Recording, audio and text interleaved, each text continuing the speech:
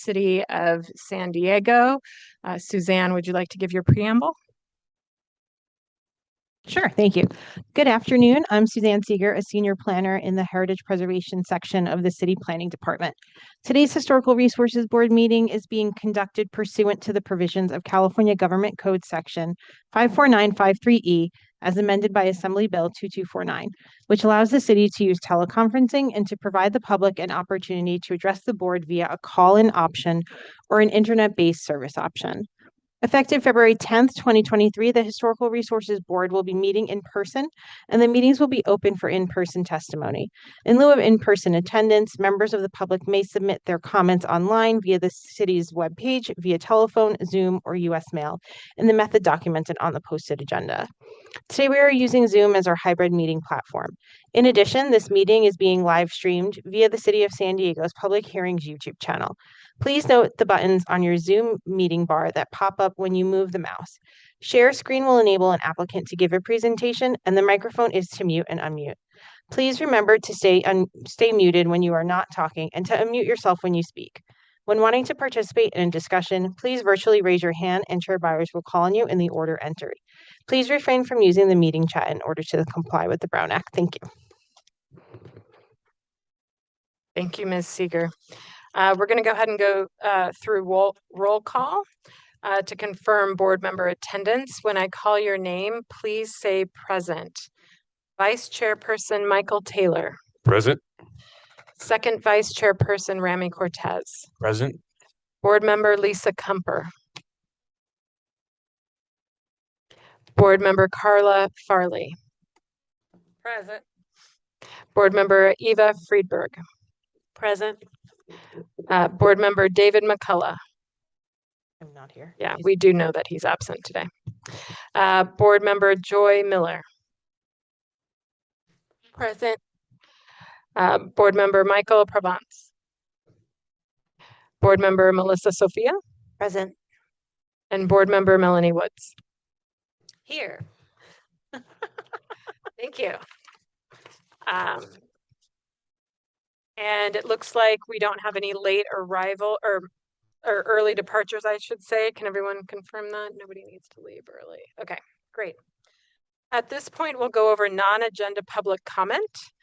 Non-agenda public comment is an opportunity for members of the public to address the board on issues within the jurisdiction of the Historical Resources Board, not previously heard or on today's agenda. Members of the public attending in person must submit a speaker slip to the hearing secretary, and those attending remotely should indicate their desire to speak by raising their virtual hand. Speakers will be provided 3 minutes each to address the board. Okay. All right, it looks like we have one member of the public here in person who wants to address the board.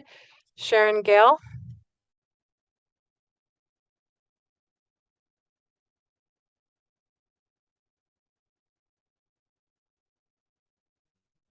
Oh, this is different.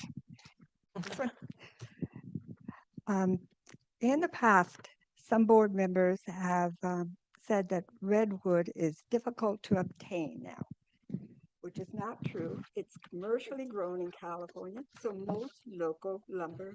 Ms. Gale, can you hold the microphone to your, so we can hear you? In the past, some board members have said that redwood is difficult to obtain in California, and that's not true. It's commercially grown now, so most lumber yards carry it. According to the University of California, about 600,000 acres of coast redwood habitat are commercial timber production. Old growth redwoods occupy a third as much area in California, about 200,000, but most of that is in state and national forests and not harvested. So the redwood that is sold in California is required to be certified by the Forest Stewards Council as grown responsibly managed commercial forests. So buying redwood supports local farmers. It's not a threat to old growth forests. And so the point of all this is, in the past, some board members have said If you say in your comments that you're voting to designate a property because it contains redwood that is difficult to obtain now, your statement won't hold up if the property owner appeals the property. That's all. Thank you. Thank you, Ms. Gale. At this time, we'll get through some administrative items. Ms. Seeger, would you like to speak about general information about today's session? Thank you. Prior to today's meeting, the board members have been emailed the HRB criteria guidelines and the motion and findings form for historical designation. And for the record, there was no public comment submitted prior to the meeting via the web form. Thank you. At this point, we'll go over any general board member comments. Do any board members wish to provide comments on items not on today's agenda?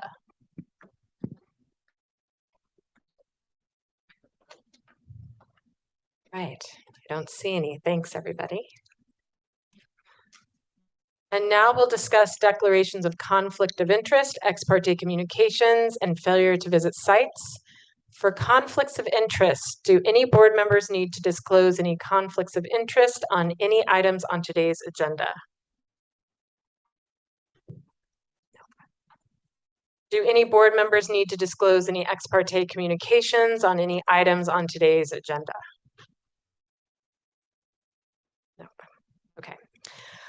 Next, we'll talk about any failure to visit designation sites and if there's a need for an invocation of waiver. Did any board member fail to visit the site of any designation items on today's agenda? I'll note for the record that I didn't participate in the interior site visit, but did visit the site at a later date. This is for item number 5.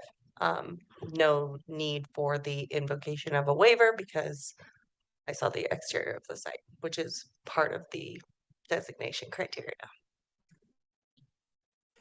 I have the same.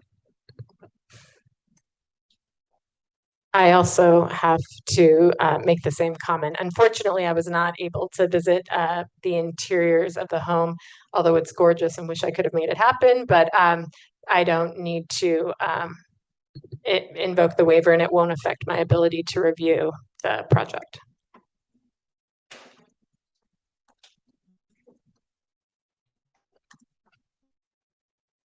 All right. Okay, got it.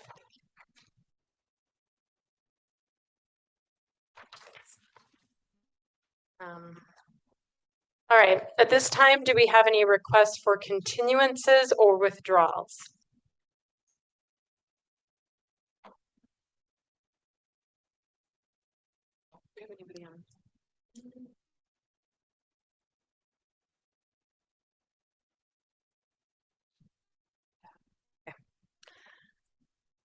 All right. Is there anyone from the public that wants to speak on the request for a continuance or, oh, never mind. Nobody's requested that. We don't have to do that part. We don't see anybody on the Zoom call either that's requesting that. So, all right. So now we'll move on to the consent agenda. Staff has proposed items for inclusion in the consent portion of the agenda. Actions to designate a resource as historic require an affirmative vote of 6 board members, and all other actions require an affirmative vote of a majority of board members present. Any board member may add or remove an item from the consent portion of the agenda. Any removed items will be heard in accordance with their regular placement on the agenda unless otherwise indicated by the chair. So the following items are proposed by staff for the consent portion of the agenda. Item number 2, 1620 State Street Site Development Permit. Item number 3, Elmo and Angeline Crabtree Spec House, number 2, located at 1625 Robinson Avenue. Item number 4, Samuel Campbell Spec House, number 1, located at 2456 Clove Street. Item number 5, Ellen Thompson Walter Douglas House, located at 3140 2nd Avenue. And item number 6, composition of the HRB subcommittees. Do any board members wish to add or remove items from the consent agenda?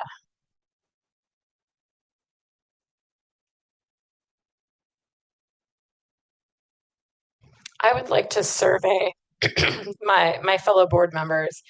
I'm interested in talking a bit and learning a bit more about item number 2, the 1620 State Street site development permit.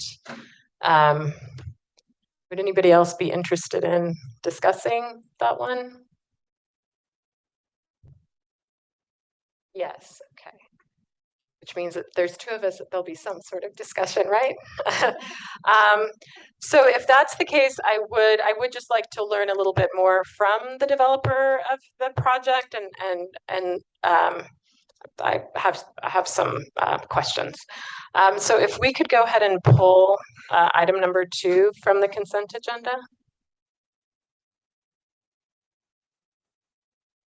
Are there any members of the public wishing to, oh, do we have to vote on that first?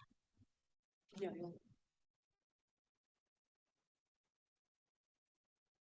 Okay, got it. Okay. There isn't one. She's saying that. No, okay, got it. No, that's okay. All right, do I have a motion from anyone to move the remaining items on the consent agenda forward? So it would be everything except item number 2? Yes, I motion that we item 3, 4, 5, and 6 remain on the consent agenda, and we remove item 2. Thank you, Vice Chair. Do we have a second? Second. Thank you. So at this point,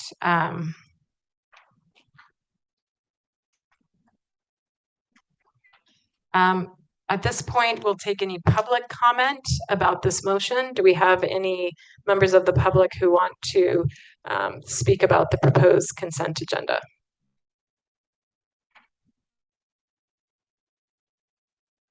Okay, no one online. And is there any further board discussion before we take a vote? Okay. With that, then we'll go ahead and take a vote by everyone simultaneously raising their hand. All of those in favor of approval of the motion, please raise your hand.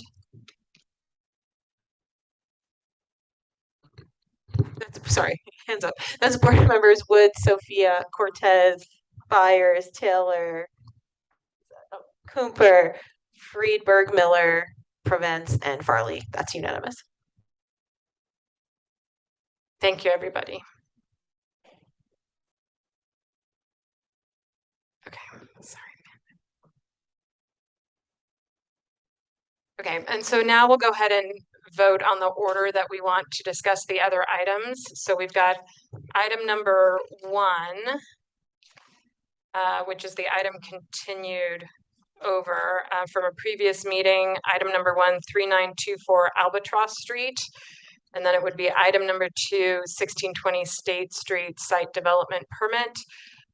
Is everybody okay with us taking those in order, or does anyone have any opinions about switching the order of those?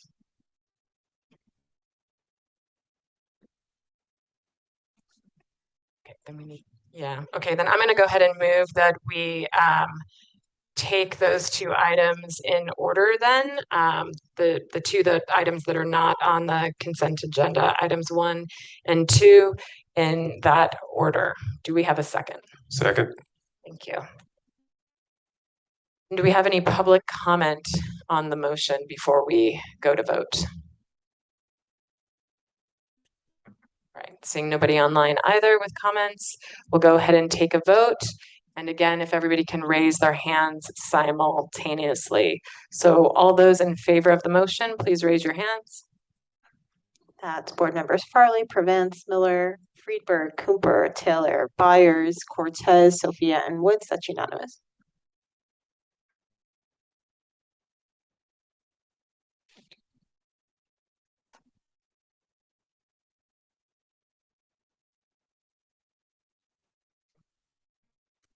So, okay.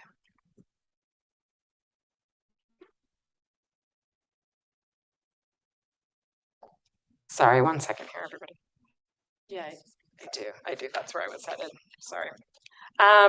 Okay, at this point then, do any members of the public or any applicants want to speak to any of the items on the consent agenda? Congratulations. Yeah, congratulations, everyone. And I wanted to compliment Mr. Wallace. I think it was your work that brought forward the new master architect. So thank you for that. That was very helpful. So congratulations, everybody. Thank you for taking care of these properties. All right, so now we'll go on to the approval of the minutes for the July 24th, 2025 meeting. Any members of the public wishing to speak to items on the approval of the minutes may do so. Members of the public attending in person must submit a speaker slip to the hearing secretary, and those attending remotely should indicate their desire to speak by raising their virtual hand. May I please have a motion on the adoption of the minutes of July 24th, 2025? So moved.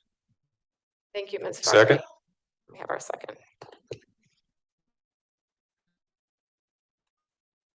All right, so do we have any members of the public who want to speak on that before we vote? No. All right, any comments from the board before we take that vote?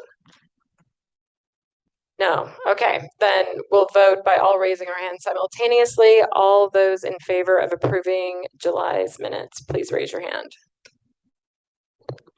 That's board members Woods, Sophia, Cortez, Byers, Taylor, Cooper, Friedberg, Miller, Prevents, and Farley. That's unanimous.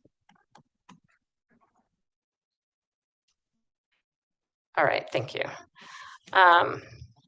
Okay, and now if we could please have a staff report from our deputy director.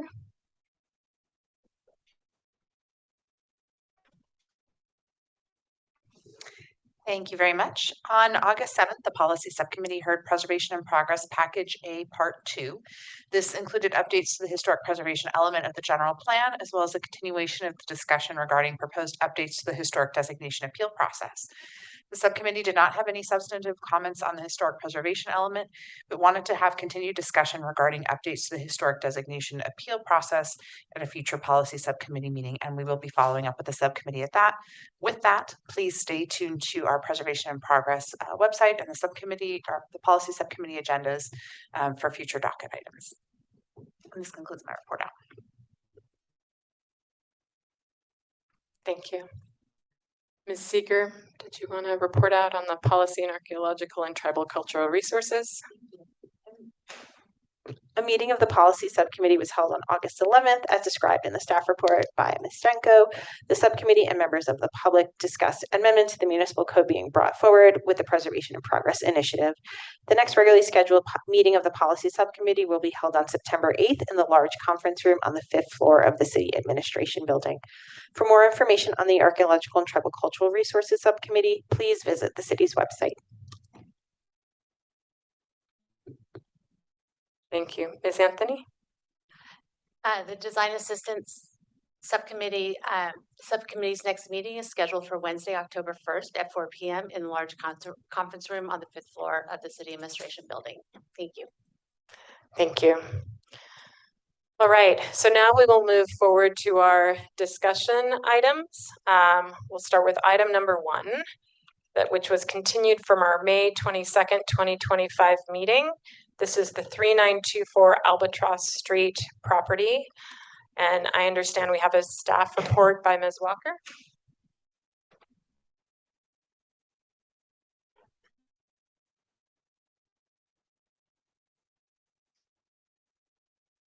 The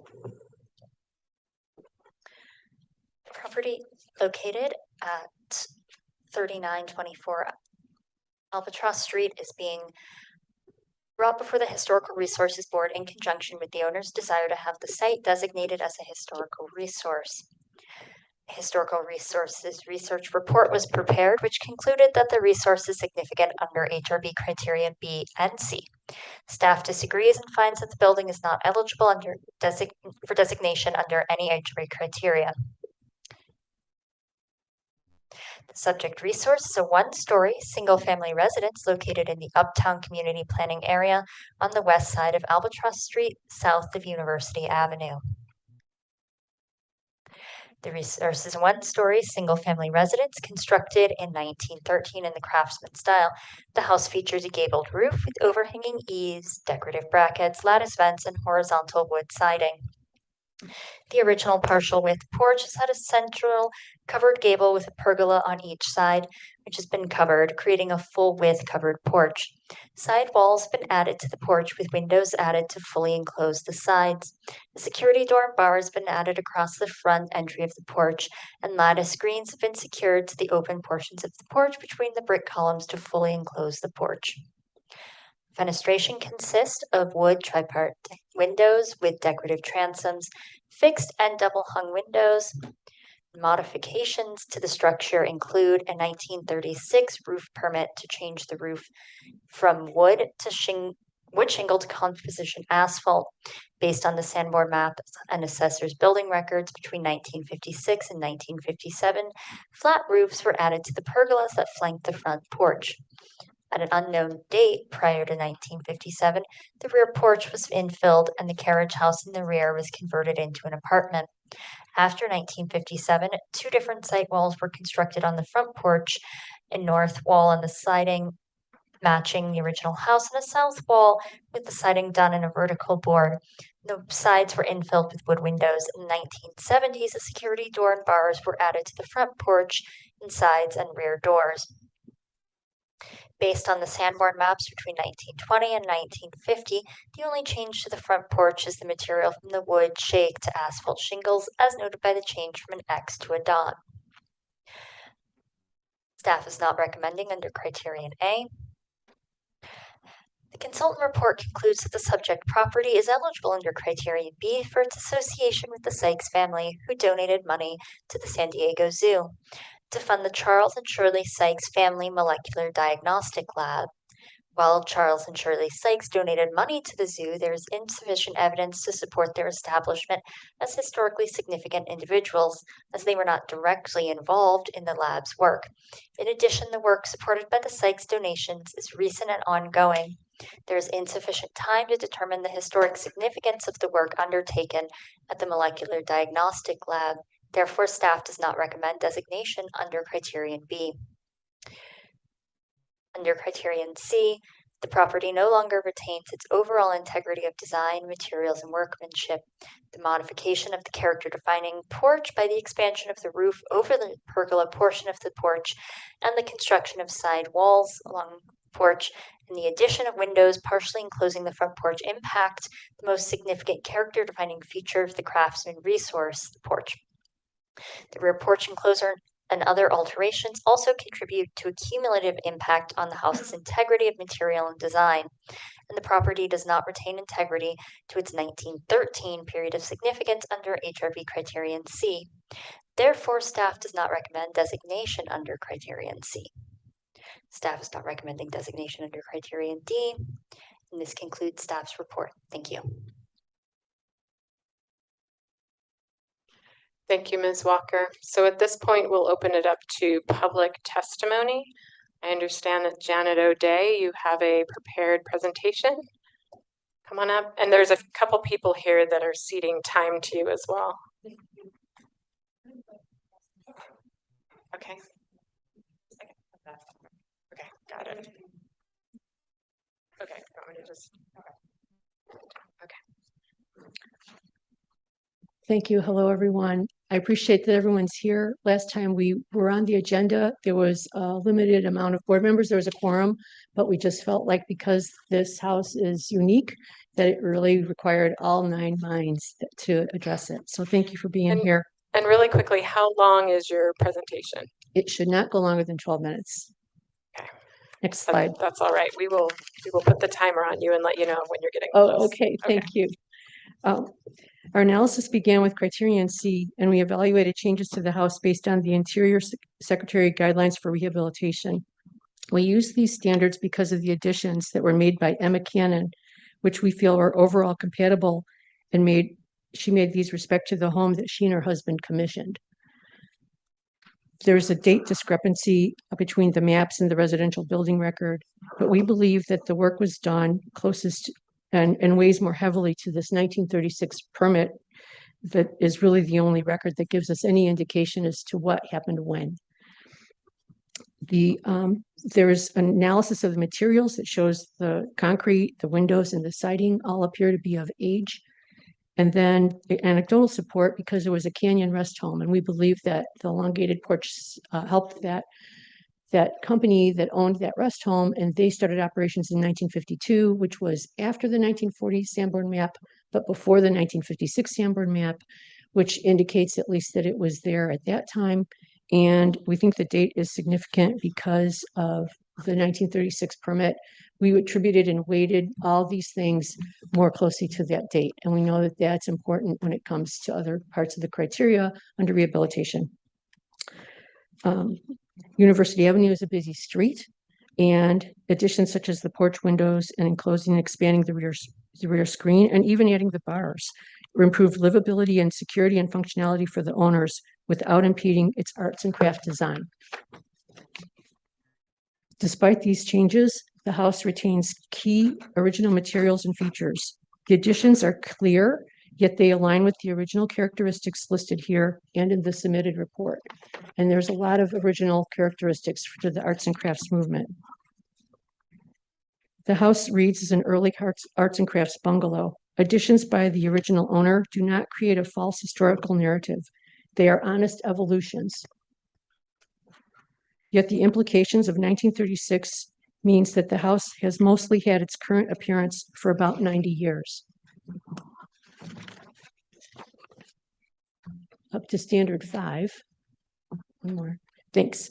The distinctive features that define the arts and crafts house, such as the porch trellis existing under the roofing material, and many obvious features are present and visible from the street. Features like the rusticated stone foundation, the gable roofs, the decorative beams, exposed rafter tails, Chicago and double hung windows, etc. Next slide. Characteristics of added materials match the original fabric texture, retaining integrity. We would not evaluate cleaning and archaeology in our analysis pertaining to these very old additions. Changes are compatible yet distinguishable. It's all still there. The original markers that enable differentiation for the changes made in 1936. The additions are mostly reversible. As far as the enlarged porch, first there was the Sanborn map cartographer. Then there was the Uptown survey noting minimal changes. Then we met with staff for consultation prior to even doing an intensive review, and they all read the house legibly as an arts and crafts bungalow. Our conclusion then did not change. We feel that the changes were compatible to the original architecture, where the integrity of the original features are still all there and remain intact.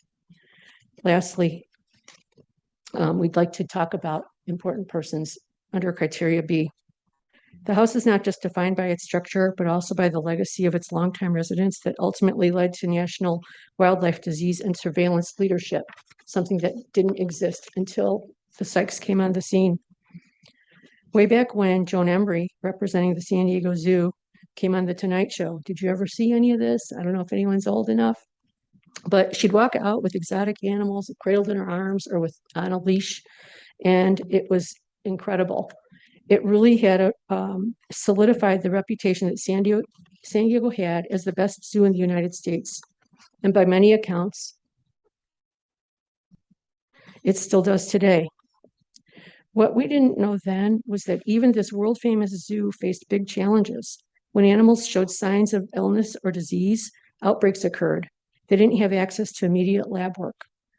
Or they took samples, sent these to university and hospital labs, and then had to wait behind human specimens. So zoologists with diseased animals were put on hold. Then there was Charlie Sykes and Shirley Sykes, after Charles saw a tiger in the wilds during military service.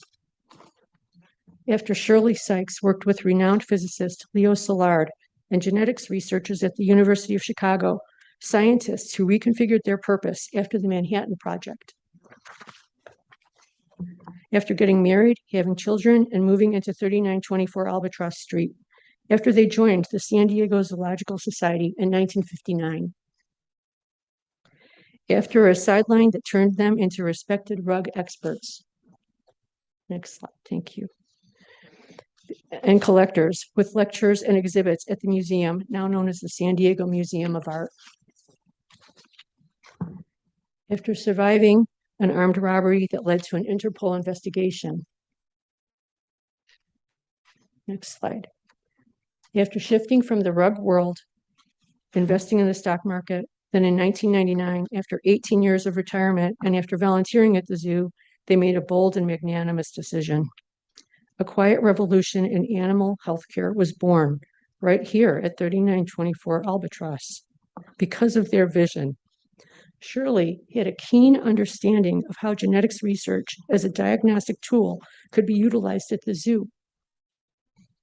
They created and continuously funded the Molecular Diagnostic Laboratory at the San Diego Zoo, now including the Wildlife Alliance. To be clear, they did not perform the lab work, but understood the implications and were involved volunteers and meticulously followed lab projects. They also funded a science lab and expanded the library at the San Diego French and American School. Next slide.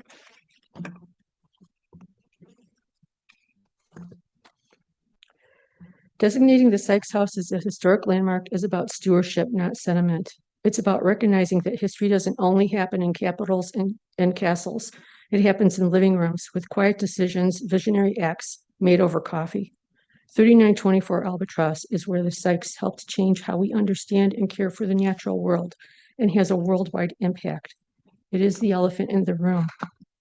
Their vision and action in serving wildlife species healthcare since 1999 has been profound, especially when compared to the reported more than 633 million bird deaths, which I think elevates it in its historic standing in terms of how their impact is evaluated. There were 633 million bird deaths in the Union Tribune article that I passed out to you just moments ago, and that's a surveillance that has broad implications. San Diego is not having that same impact because of their work, and that's the lab report that you saw as well. And the lab has made things possible that allows the Sykes donation to make this lab possible. It now thrives and has grown, and it has performed lab work for the United States Department of Agriculture for avian flu and wildlife testing. The article conveys but one species study. It does not show other important work conducted by the lab, but the lab report does. The Sykes created a legacy of innovation that supports wildlife and puts San Diego at the forefront in this area. The most relevant aspects of integrity related to criteria B are location, setting, feeling, and association. The basic integrity test for a property associated with an important event or person is whether a historical contemporary would recognize the project as it exists today. And it passes all these tests because it passed it with the San Diego fire map cartographer, the Uptown Survey, city staff, and ourselves as consultants. The last slide. The Sykes, a retired probation officer and a teacher, observed, listened, and took rare action. They are not famous, yet they are inspiring leaders who enabled wildlife conservation biology, leaders who have advanced the reputation of San Diego through their foresight and generosity, culminated through a life experience. I urge you to make a motion for one or both criteria B and C. Criteria B, to remember the Sykes because of their rare insight, action, and impact, because they broke ground and are significant. Their impact is notable within San Diego and worldwide, applicable to healthcare in multiple animal species who will never give them recognition for their magnanimous actions. The precise reason there is a criteria B is to protect the place that links the built environment to San Diego leaders and their leaders. I urge you to make a motion to designate 3924 Albatross under criteria C because the house retains the integrity of an arts and crafts bungalow with its physical design characteristics that convey the property's significance. We are better people for recognizing and protecting this place. I'm honored to present this to you for your consideration. Thank you. Thank you.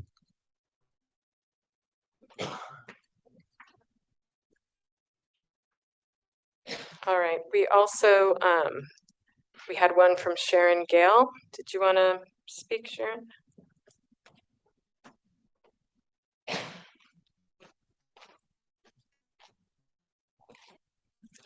You have 3 minutes. You aren't going to the staff's presentation? We did that. Yeah, Megan gave her presentation. Okay. Yep. I want to support I'm here to speak in support of staff's recommendation to not designate. Now, the key word in the owner's representative's presentation and staff's presentation is significance. And that's a subjective term. Your job is to consider what the majority of people will consider significant, not what a professional might. And I can understand why you might be sympathetic to owners when staff recommends against presentation. I've seen this before.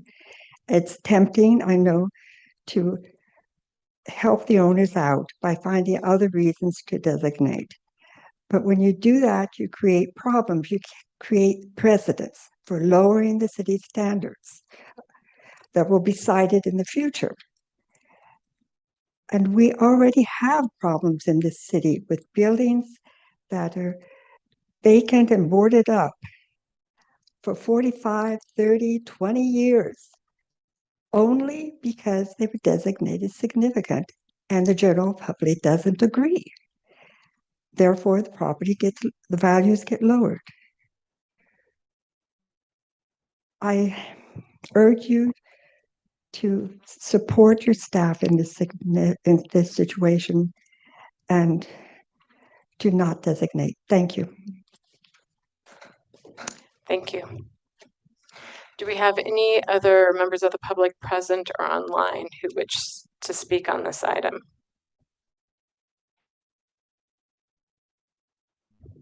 All right, seeing none. At this point, we will close public testimony and open it up for board discussion.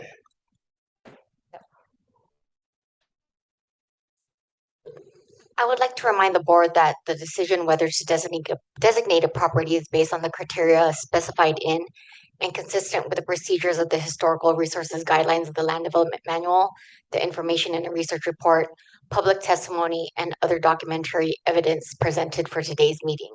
The designation must be supported by substantial evidence in the record. Thank you. At this point, we'll open it up to board discussion.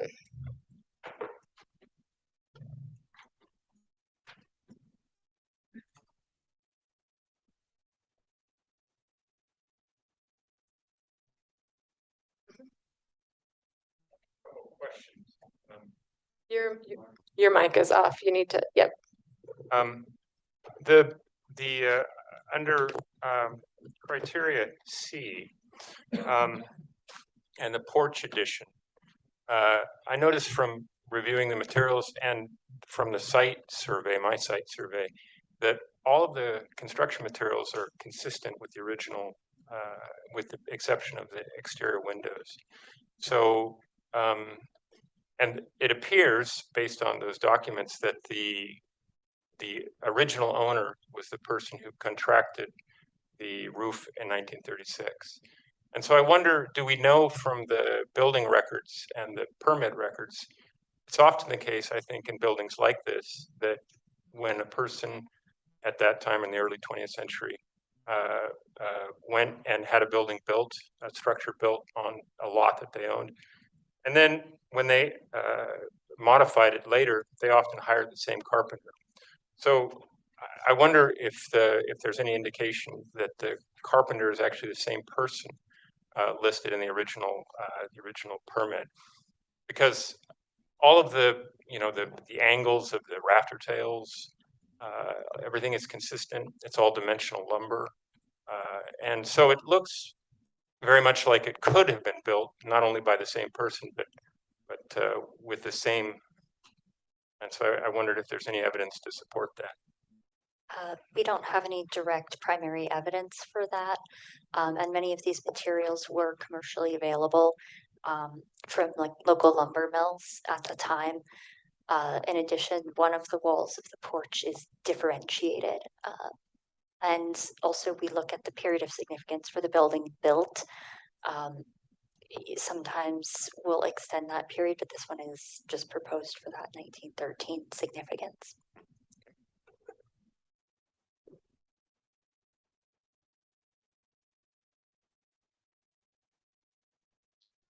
I just wanted to clarify, the porch wasn't an addition, there was an original porch. With the pergola, it's just the pergola was infilled on top. And then the walls were built on the side. So the porch rafter tails, like the pergolas and the rafter tails are original. It's just it was filled on top of the pergola. So that's all original. Thanks, that's helpful. And then the walls along the side, those are new because they were later adds because they're not the same on both sides with the windows. Okay, yeah, thank you. I understand. Well, and just to follow up, thank you both for that. But so the additions, so essentially on that front porch, there was the small gabled triangular area and then it was open to both sides. And then those flat roofs were added. Okay, got it. Correct, yes. Okay. I had one question for the presenter. You mentioned these sites created a science lab and one other item. When you use the word create, do you mean something beyond being a donor? I mean, when they created it, they originated it. They had been working at the zoo for 18 years after they retired. And then they found this need because of their deep involvement as volunteers. And so they said, why don't we have a molecular diagnostic lab? And Shirley had worked with the genetics researchers. And this is as much as I know because she's not here to tell us anymore. But my belief is that the connection is that she worked with the genetic researchers. She worked at the zoo and made this connection and said, we think there's a way to fix it. And then her and her husband continually funded it because of their care for wildlife. Thank you.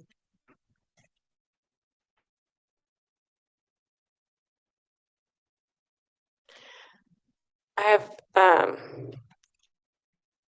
a question and a thought. So my question is, has the applicant worked with staff to potentially remove some of the troubling matters within the porch, like the side walls and those roof elements? No. We have not received any permit applications from the applicant in regards to that. I'm not aware of any other meetings on that subject either. And this may be a bit loaded and you can respond accordingly if this is the case, but because these items are still intact, at least when it comes to the porch, in your opinion, could those items be removed, with permit and guidance from historical staff to be able to restore it to, original? I will caveat by saying that we cannot make decisions based on, proposed work. But that the applicant is welcome to try that if they so choose. I believe Shannon may have some additional context. If the applicant wanted to prior to pull the item and work on it and restore, we could look at that, but the property has to be considered in its current state today. Right. Designation. Right. Okay. Thank you. Just to reiterate what staff is commenting on, the designation should not be based on the potential or future promises to restore a property to the level of integrity required for designation. Okay, thank you. Yeah, go ahead, come up. Yeah. Everything that you all said is exactly right, but I want to make a point that it is reversible, that everything that you see is reversible, and that is part of the Interior Secretary standards for rehabilitation. Thank you. Okay. So my other comment, part of the reason I was focusing on the porch attributes, it's because, you know, we've dealt with this before where we're trying to determine whether someone's contributions have been significant enough, right? And so oftentimes there's these very direct links where, you know, the planning for the association happened in the living room and we knew that there were, you know, dinners with certain folks that were making this happen, or somebody, you know, had invented the science behind, you know, the lab that was starting. And it's interesting. I read about these folks and I thought, I'd love to be friends with them. You know, they were so interesting. But at the same time, I don't know that it raises to that level. And, you know, oftentimes I feel like we've stopped short of simply elevating somebody for donating money. Right? That there has been some other level of expertise or contribution, but I'm still struggling with it because it's like, you know, obviously they had done a lot. Sorry, I don't know why I'm getting choked up. Sorry, rough day. Anyway, so, but I don't know, I don't think that it raises that level, even though they've, you know, done good things for the zoo. Sorry. Does anybody else want to jump in? I'm hesitant to, I mean, I'm the newest one here, so I'm hesitant to even cause more problems. But I am a historian, and the National Park Service criteria for notable people, I think, are too restrictive. And there, you know, it's, I mean, if this was a house of a naval officer who had commanded an aircraft carrier, we wouldn't have any problem designating it, I think. And yet, these are people who lived in this house for 60 years and were obviously pillars of the community in all kinds of different ways. And one of them was a teacher. So, I mean, you know, teachers, that's a joke, folks. Public servants of longstanding. And so I think that, you know, the criteria of notable citizens of the city is something that maybe, you know, I think, I mean, reading the standards, the HRB standards are broader. The National Park Service standards are very narrow. I mean, it's battles, it's great men, it's really kind of retro, and not really acceptable, I think, is in terms of good history. So, you know, I think that there's a scope here for considering people who are, you know, the totality of their lives as notable citizens who contributed to the city in all kinds of ways. I think that, you know, from the perspective of this singular, or this single, I should say, donation to the zoo, you know, certainly notable, but these are people who lived there for a long time, did lots of stuff, and contributed to the city in all kinds of different, and the history of the city as well. So, you know, it seems to me anyway that we can, you know, we might consider these as notable citizens. Thanks. Board Member Provence said that much better than I did. Thank you for that. Other comments about this item from board members? With that, I'd love to entertain a motion if there is no further comment. And keep in mind, the recommendation of the staff is to not designate.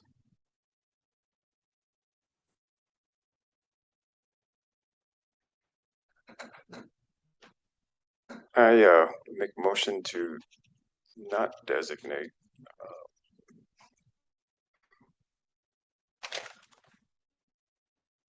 Not designate item 1 at 3924 Albatross Street. Second.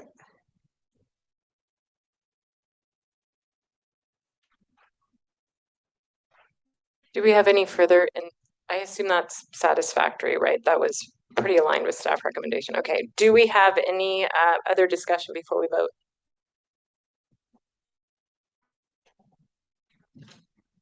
Okay. I'll just note that. Okay. Can't speak that well, but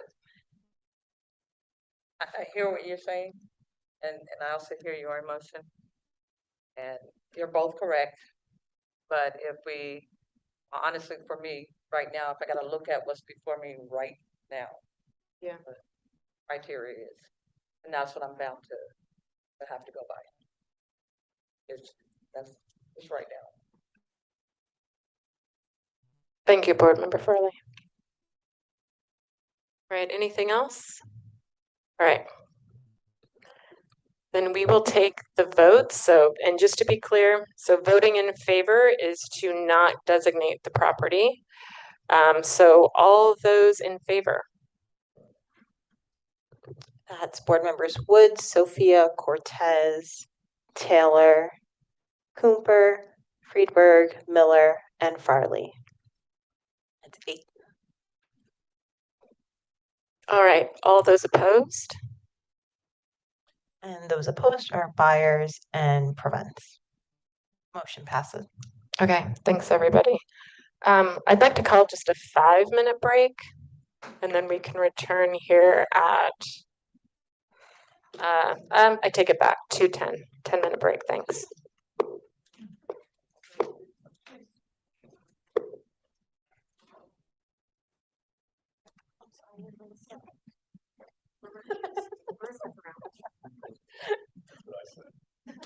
I'm sorry, guys. I'm going to volunteer.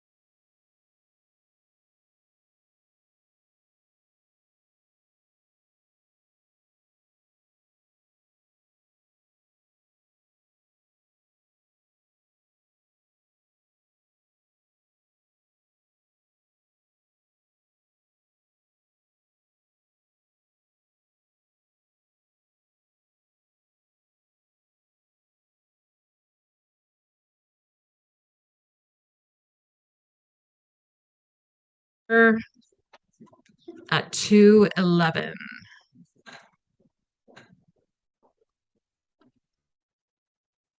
All right, is the recording still going or do we need to get started again? Okay, we're still going. Okay, so now we're on to item number 2. This is the 1620 State Street Site Development Permit. The reason I wanted just to at least talk about this is this is an important site, right? It's like at the entry to Little Italy, and I didn't get to see it at least at Design Assist. So I don't think it came before Design Assist. So I guess before we dig into this, perhaps, and have the presentation, did this come in front of Design Assist, and was there any comments? No, the item was not agendized by staff for the Design Assistance Subcommittee. Okay, so essentially this will be the first time that board members are seeing this as far as the alternatives go and that sort of thing. Correct. Okay, with that said, we'd love to see the staff presentation. Good afternoon. My name is James Alexander, Development Project Manager in the Urban Innovation Division at the Development Services Department. The item before you today is a project at 1620 State Street. It's known as Celine, and it includes a historical resource on site known as the Ordway Residence. Next slide. Today, we're asking that HRB considers the mitigation measures and findings associated with the site development permit for the Ordway residence. After this meeting, the project will be presented at the Planning Commission. We're asking that the HRB recommends adoption of the measures and findings related to the historical resource to the Planning Commission. Next slide. The project site is located in the Little Italy neighborhood of the downtown community plan area on the west side of State Street between Date and Cedar Streets. It's within walking distance to many nearby attractions such as Amici Park, Waterfront Park, as well as Little Italy's India Street commercial corridor and the Piazza della Famiglia. Next slide. The project, like I said, known as Celine, proposes an 8-floor, 91-foot-tall tower containing 52 dwelling units, including 7 affordable units and 2 commercial spaces. The historical resource is proposed to remain on site, relocated eastward to the property line, with new construction behind and above it. The site development permit is required for this proposed substantial alteration to the historical resource. Next slide. Now I'm going to turn it over to Ms. Seeger to talk about the historic review. Thank you. The resource was constructed in 1888 and designated on the San Diego Register in 1990 as the Ordway Residence, HRB site number 278. The designation was prior to the creation of the city's current designation criteria. However, the resolution calls out that the building is significant due to its architecture and as part of a significant intact collection of 4 Victorian houses still on their original sites, which reflect the early development of downtown at the turn of the century. The current Historical Resources Technical Report classifies the building as a Queen Anne style cottage.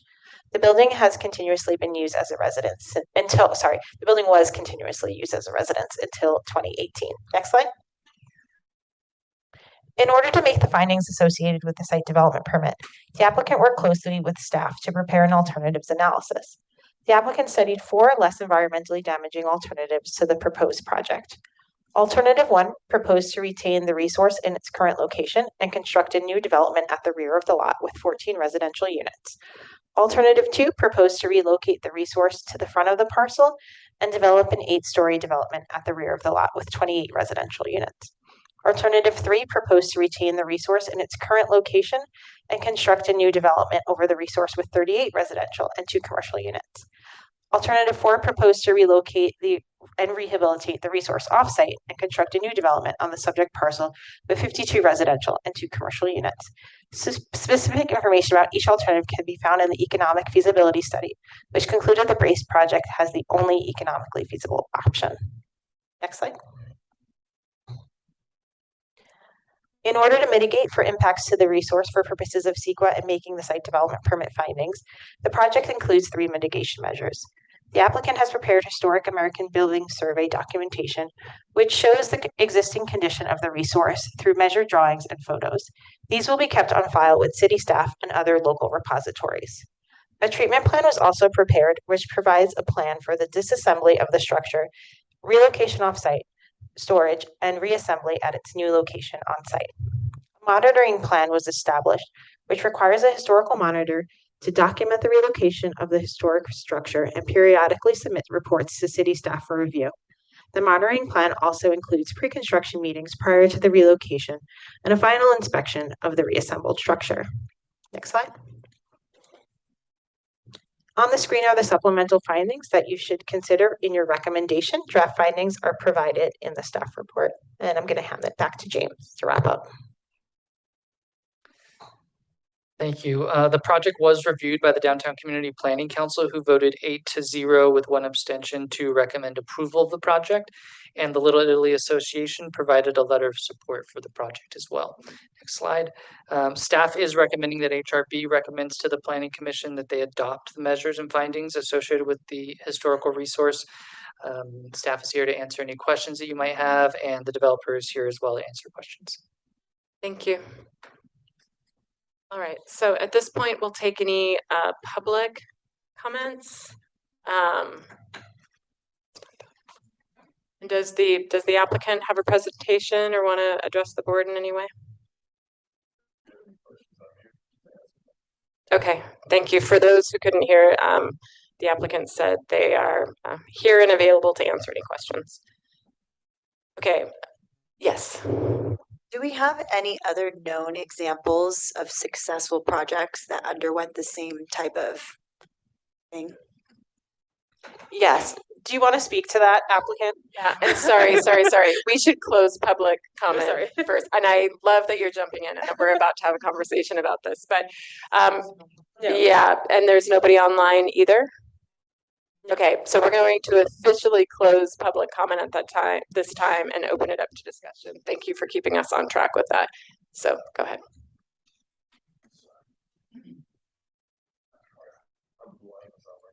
And are you asking the applicant or are you asking staff? The applicant would be great to answer. Hello, I'm the applicant. Can you state your name, please? My name is Sohail Nakshab. I am the architect developer for this project. As far as your question, yes, there are other projects in the city that have done similar preservation and incorporation into the new development. One of them actually happens to be one of my other properties located in East Village. We did a similar thing where we preserved and incorporated the historic home at the ground level and then built a superstructure. So, yeah. Do you know off the top of your head, I bet you do, the address for that, just so we can. Yeah, 454 13th Street. If you've ever been to the dessert place, it's called Henar, very popular. That's where it's located. And for that one, you did something similar where you took the historic structure, process site development permit, moved it off site during construction, and then moved it to the front of the parcel. That is with correct. Construction above. And we had Soho's full support on that project as well. And sorry, the address one more time. Sorry, I didn't have my 454 13th Street. 13th Street. Okay.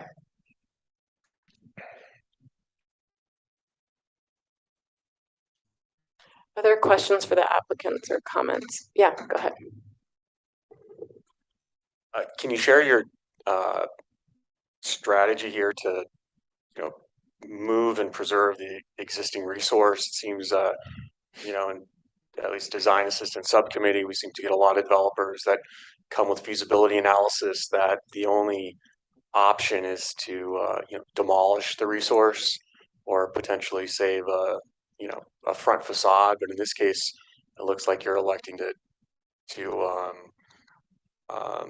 keep the entire resource intact and just move it on the side. Or so can you share more to that? And sure. Is that simply a financial decision or? No. So a little bit about me. I'm a local boy. I grew up here in San Diego, and I really care about my city to the point where getting in and becoming a developer, I've preserved a lot of historic structures and incorporated a lot of historic buildings into my project. I think it's really important to tell a story. So keep the historic piece and highlight, hey, this at one point was what workforce housing looked like in San Diego. And then present day, whatever it is that I've created, this is your modern workforce housing. And we're showing you where we were and where we are. We're not just going in and tearing it down and as if it never existed. So, yeah. Are there some, you said a handful of projects or reference to other projects. Is there anything else you can Yeah, share? like one of the projects that I was very active with. I used to be the chair for the Uptown Planning Committee, and one of the board members introduced me to what's referred to as the Truax House in Bankers Hill. If you're familiar with it, it was the first AIDS hospice. It went onto the surplus lands list with council, and at that time, Todd Gloria was a councilman, and I went to the meeting. I'm like, oh my God, I love this property. My father told me, you're wasting your time. You want to go deal with the government to try to acquire this property? I said, I don't care. I'm going for this thing. So I went and advocated with every single community group, every single LGBTQ nonprofit. I got their letters of support, and I managed to secure the site. Even not knowing that I would be selected as the buyer for that property, I brought in my historic attorney at that time. It was Marie Leah, and she assisted me in doing a historic report so that at least it would be of historic significance. So even if I didn't get selected as the buyer for the property, any other developer would have had to preserve that historic structure. So I stay true to my personal values when it comes to doing real estate development projects. I'm not interested in just making money. In fact, this project that we're talking about, we're more than likely going to dedicate the entire building as affordable voluntarily at some point, because we want real workforce housing for the people that are employed in the Little Italy community. Our rents are probably going to average around $1,700 a month, which is unheard of in the Little Italy neighborhood. And the benefit that I see as a developer is I don't have to pay property taxes if I dedicate the whole building, which is a lever that can assist us in this time where costs are astronomically high and interest rates are astronomically high and land costs are inflated. So we have to get creative because we need workforce housing, which is very different than luxury housing and affordable housing. Go ahead. On that note, have you spoken to Little Italy Association of San Diego? Do you have? Absolutely. We have their full support on this project as well. Other comments? You're still red. Okay, go ahead. So this is a intact 19th century street from the most historically significant period of early downtown development.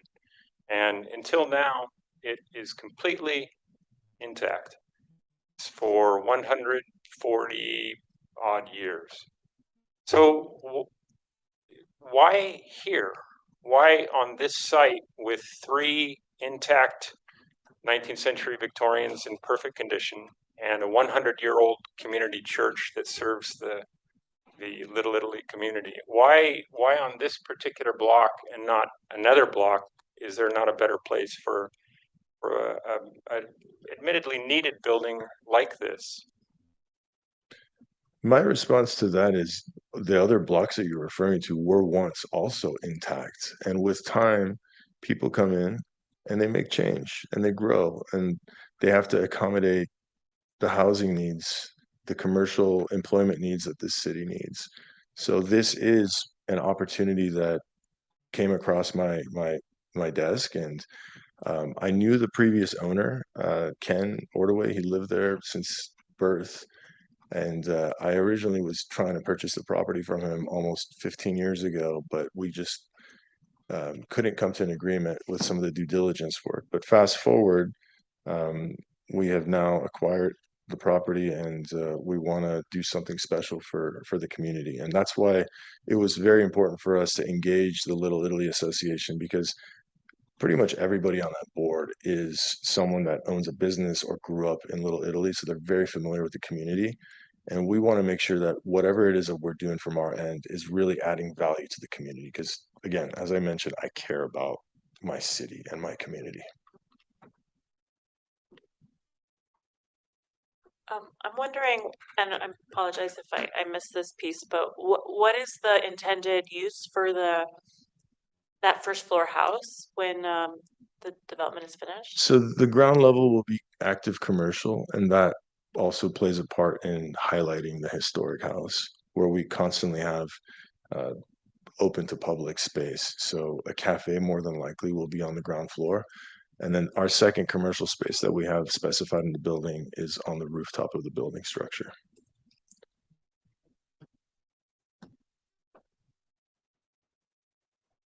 So I've been to many an event and church event at this church right here. What do you think the impact of having 52 additional units is going to be on parking during that time? That local, is this something that we need to consider here, or is it something that's being addressed somewhere else? I'm just looking at how that street already is.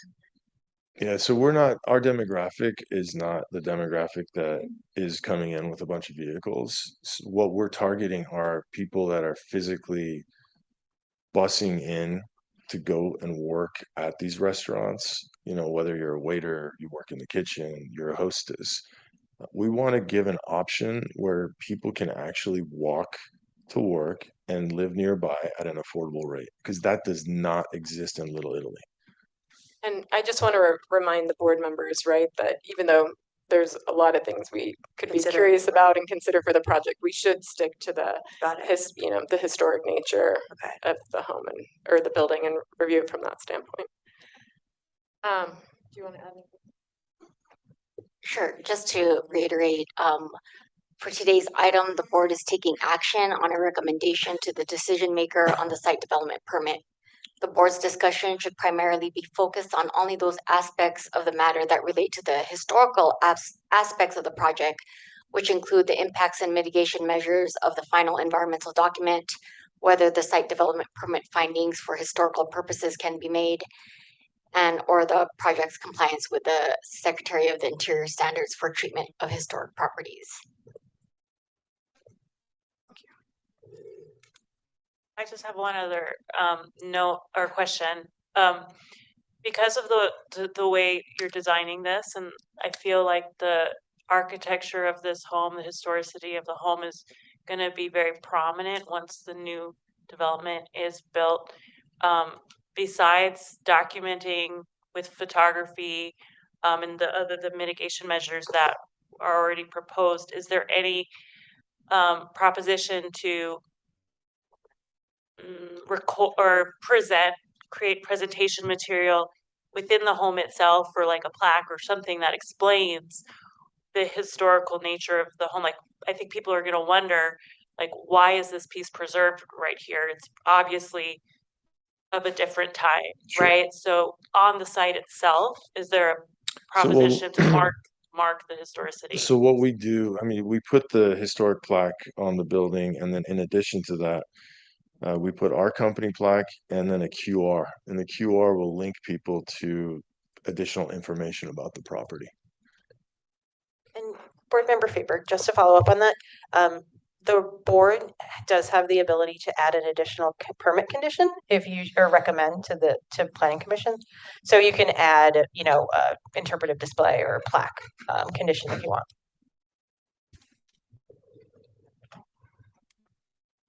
But the plaque is already in there. That's It right. already has that. There's a plaque there already. That's correct. Right, okay.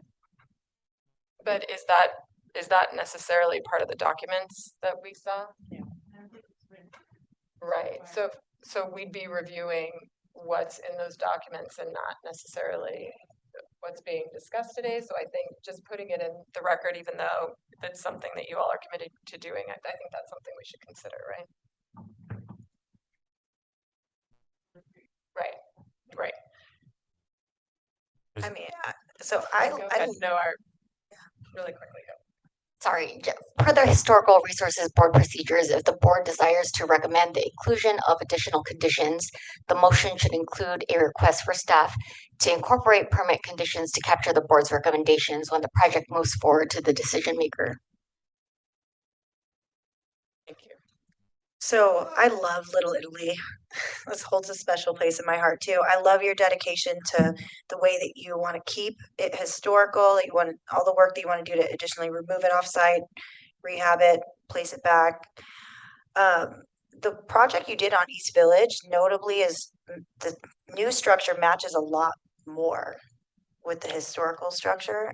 And just looking at your plans, it's like the difference between the modern structure, the new one, and the little one, it doesn't seem like it. So you're looking at a very old schematic rendering. That's not the final design of the building. The final design has already been reviewed by the Little Italy Association and the design, the other board that we presented to. I forget their name. There you go. So yeah. Can you tell us what kind of changes were made to that? I like to incorporate a lot of plant life and landscaping into my architecture. So the large structure is going to have built-in planters on every single deck. So the entire facade of the building is pretty much just going to cascade in greenery. If you've seen one of my projects in Mission Hills recently, people call it the Pink Building. It's on the corner of Washington and Goldfinch. You'll understand what I'm talking about. Landscaping plays a huge part in the work that I do. Are you going to say something, Board Member Cortez? Okay, so thank you everybody for the robust discussion. That's what I was hopeful for today, because again, this is an important part of our city. Wasn't heard in front of design assistants, and so I thought it warranted some discussion. You know, I looked at this, and for me, it's like the gymnastics that you all are going through to, you know, preserve this building, take it off site.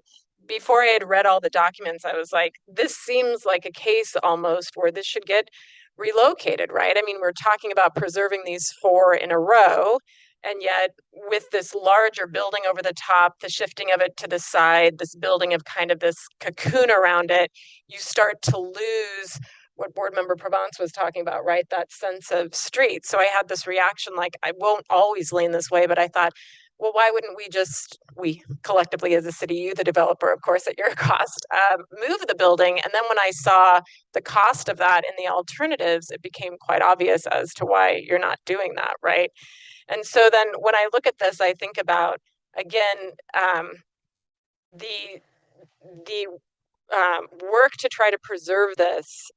Again, it's commendable, but at the same time, you're going to go through all this work, bring the house back, reassemble it, and then it seems like it's missing the, you know, it's missing that connection to the others, and it's almost like what I'd call like fodder or folly, right? Now there's this like element that you've preserved. So I was trying to look at alternate ways, you know, looking at your other options. Okay, could, you know, what happens when you pull it back? And of course that doesn't pencil for your performa, right?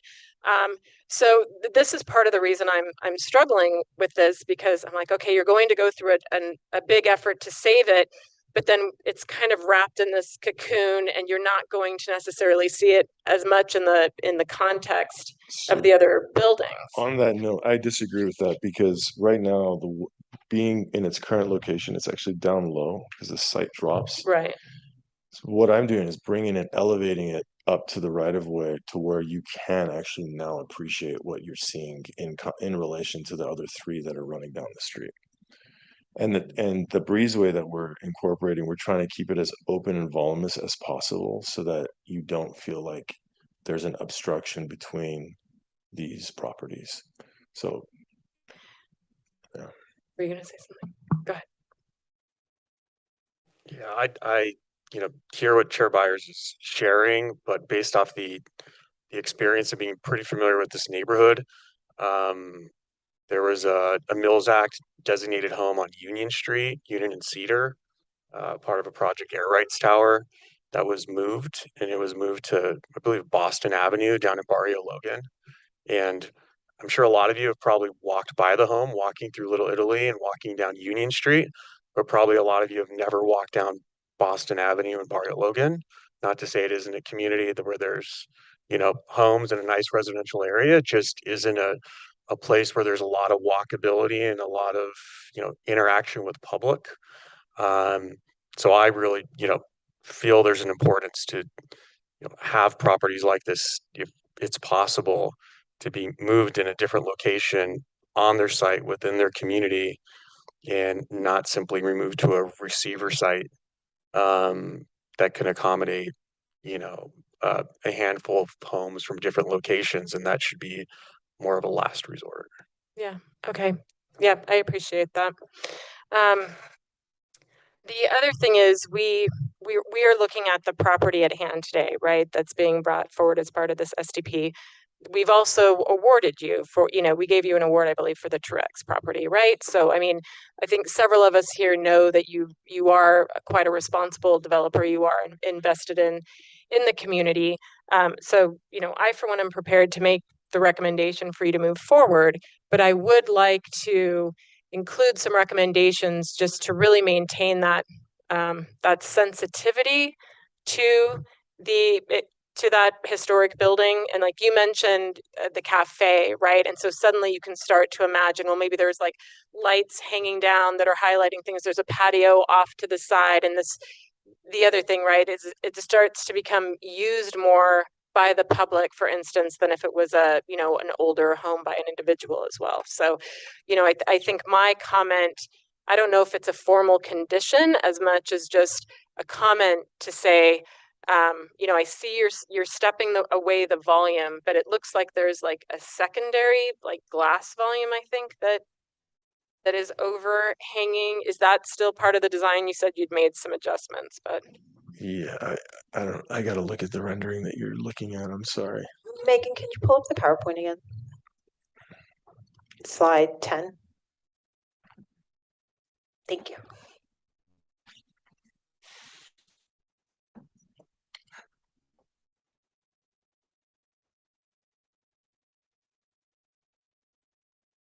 yeah, and I don't know if we can kind of zoom in there, but so in the pocket that's being created, and I appreciate this is an early concept, right? And not necessarily where you are today, but so there's this element that's looks like it's that's like 20, 25 feet back from the face of the historic building.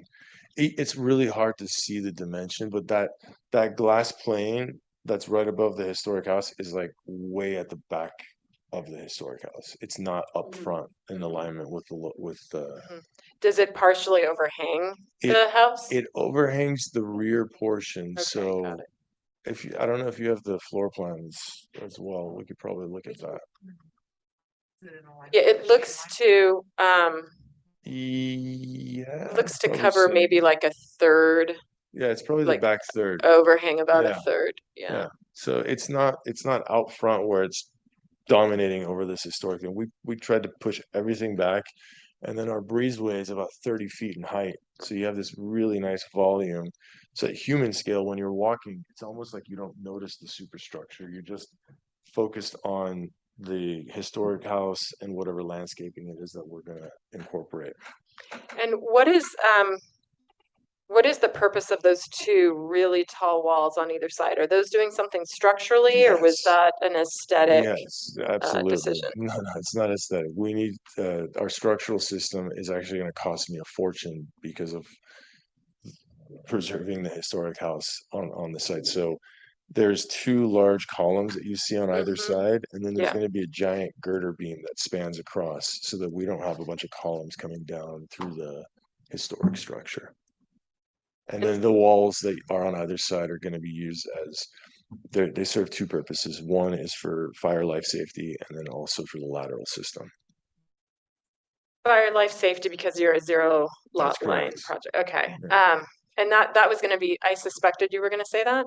One of my comments was going to be, at least looking north, could that element start to get more wish. perforated so that as you're looking at this house next to the yellow house, the two could kind of start to relate to one another? Yeah, if I could, I would. I mean, what we've done is above if you look, let me point on the screen. If you look here, the wall actually stops here. Wait, At so this point, it's open. So you're gonna actually see the yellow house coming through. Yeah. I'm sorry. So going back to this wall has to be a certain height for fire life safety protection because it's a discharge point for occupants. We're stopping it at a certain height because we don't want to enclose this entire space. We want to create a nice open area environment and also maintain that connectivity between our neighboring property.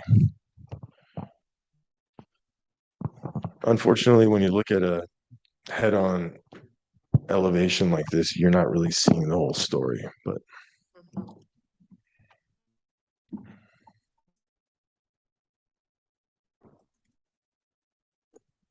Any other comments?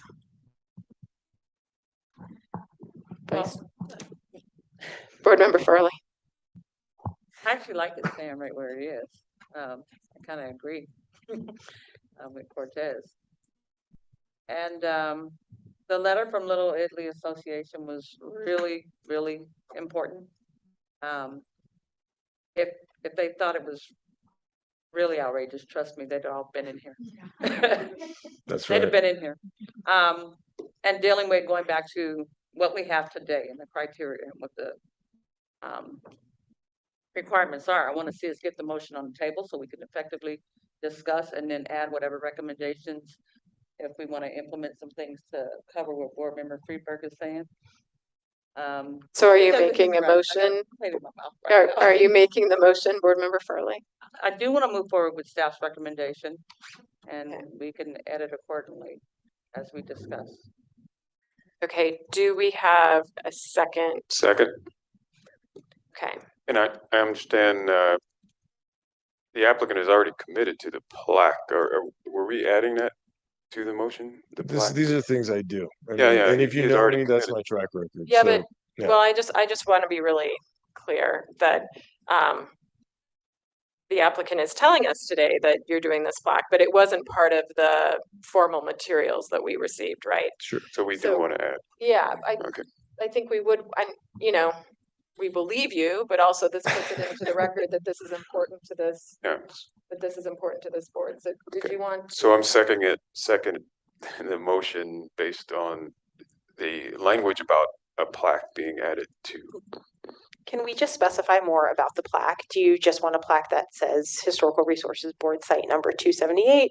Or do you want something with a little bit more, backing to it, such as How the about- history of the house or? If we can stay to the system that I mentioned earlier, which we will provide a QR to learn more about the property, and then we'll have descriptions where people go to our website and then learn about what we went through and the process and why.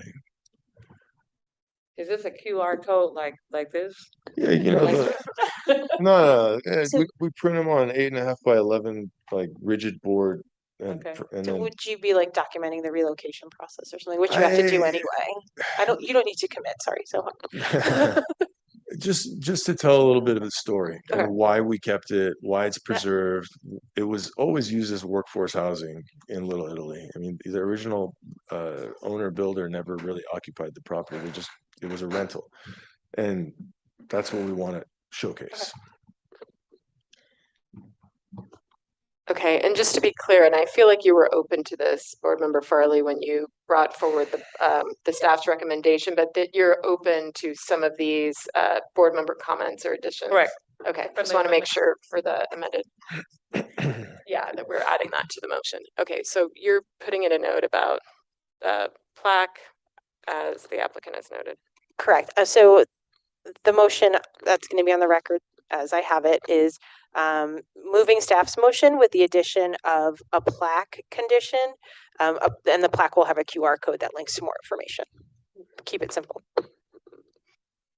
And then I guess I would just want to add that you continue to, I don't know how to craft this and I could use some help from my fellow board members, but just, continue to care about creating that separation for the house, right? And it sounds like you've made, big efforts to try to pull back that second story or intermediate story But, you know, as you're finalizing the design of, for instance, those structural walls, if there's the ability to make them lower, or again, if there's ability to step that back a little bit, just to continue the focus on really creating relief around that house. We will do our best, and I'm sure you're familiar with the California Building Code. There's a lot of variables at hand, and we do our best to play with those in order to get the nicest end product.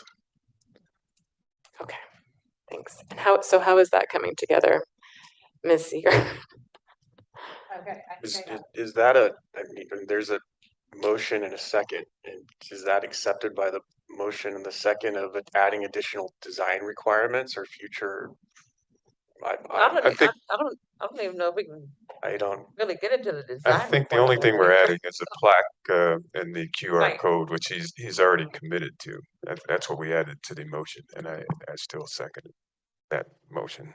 Okay, so I'm hearing that nobody else would support just a comment, and I guess I would ask the staff if it's not a formal part of the motion. So what we're doing is we are making a recommendation to the next board that's going to see this. And so, you know, my comment isn't necessarily to tell you to redesign the property. It's more in order to, you know, as much as possible, maintain relief from that. Can you turn your mic on? Sorry. Hello. We've been doing that, and going back to the community groups that we've been meeting with, all of that has been taken into consideration. So we're doing everything we can. And right now, the design that we currently have going through this process has taken into account as much as we possibly can do to relieve the masses. And still meet your performa against those other That's right. alternatives, right? That's right. Okay, I don't need to add that second part, then that's fine. Can I just read what I have so far? Yeah. Okay. So Board Member Farley moves staff's recommendation with the addition of a condition that requires a plaque with a QR code that provides more information about the resource. Or historical information. Thank you. Historical information.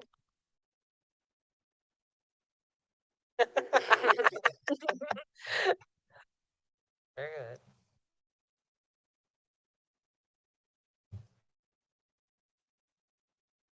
Was the second amenable? Taylor. Sorry. Were you amenable to the addition? Oh, to the motion? absolutely. Okay. Do we have any further discussion before we take a vote?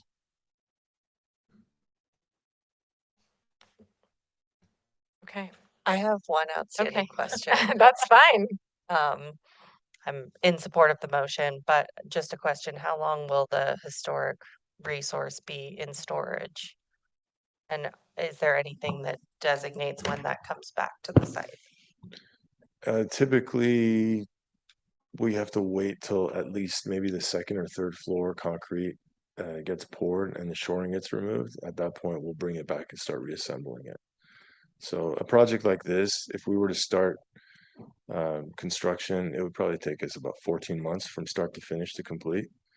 So the first big lift is the concrete, and my last concrete subcontractor topped out my building in 3 months. So maybe within the first couple of months, it'll come back and get reassembled. Yeah. Thanks. Yep. Anything else? Everyone's been heard who wants to be heard? Okay.